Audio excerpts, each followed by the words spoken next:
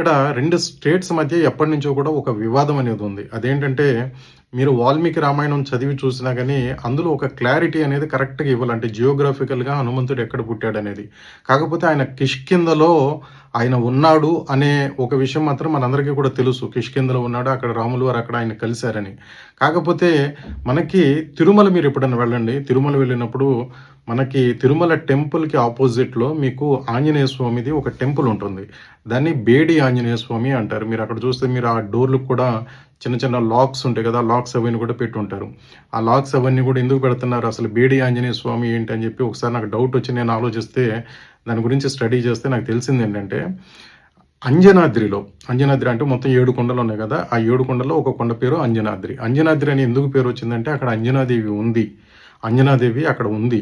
హనుమంతులు వారు అక్కడ పుట్టారు. దానికి ప్రూఫ్‌గా ఏంటంటే మనకి 15వ శతాబ్దం తర్వాత 14వ శతాబ్దంలో కొన్ని ఇన్‌స్క్రిప్షన్స్ కూడా తిరుమల టెంపుల్‌లో రాసున్నాయంట దానికి సంబంధించి. కాబట్టి అక్కడ స్థల పురాణం గాని, తర్వాత మనకి అక్కడ దొరుకుతున్న కొన్ని ఇన్‌స్క్రిప్షన్స్ గాని, మీరు వాల్మీకి రామాయణం చదివినా గాని మీకేంటంటే అంజనాద్రి మీద హనుమంతుల వారు పుట్టారు అని చెప్పి చాలా స్పష్టంగా క్లియర్‌గా రాసుంది. అయితే అక్కడ బేడి ఆంజనేయ స్వామి అని చెప్పి ఆయనకి పేరు ఎట్లా వచ్చిందంటే ఆయన చిన్నప్పుడు చాలా హైపర్ యాక్టివ్‌గా ఉండటం, ఎక్కువగా అల్లరి చేయటం, అటు ఇటు వెళ్ళిపోవటం. సో దీనివల్ల అంజనాదేవి ఏం చేసిందంటే ఆయనకి హ్యాండ్ కప్స్ వేసి అటు ఇటు కదలకుండా ఆయన్ని అక్కడ ఉండమని చెప్పి కట్టేసిందంట. కట్టేయటం వల్ల దాన్ని ఏంటంటే బేడి ఆంజనేయ స్వామి అని చెప్పి ఆ టెంపుల్ కూడా పేరు వచ్చింది.